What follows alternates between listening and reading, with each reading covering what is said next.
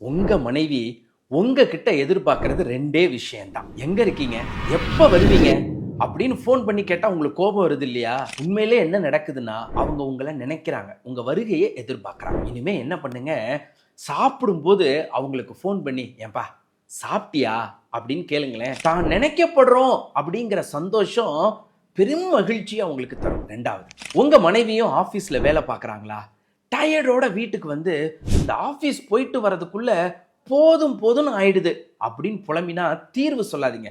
உன்னை வேலையை விட்டு தொலைன்னு எவ்வளவு நாளா சொல்றேன் அப்படின்னு பேசாதீங்க. அதுக்கு பதிலா ஆபீஸ்லயும் வேலை பார்த்துட்டு வீட்லயும் வேலை பார்த்துட்டு நீ எவ்வளவு கஷ்டப்படுற, ஒரு காஃபி போட்டு தரட்டுமா அப்படின்னு நீங்க கேட்டா உன்னை புரிஞ்சுக்கிட்டேன் அப்படின்னு உணர்த்துறீங்க. உங்க மனைவிக்கு 2 விஷயத்தை புரிய வச்சா போதும். உன்னை நினைச்சுக்கிறேன், உன்னை புரிஞ்சுக்கிறேன்.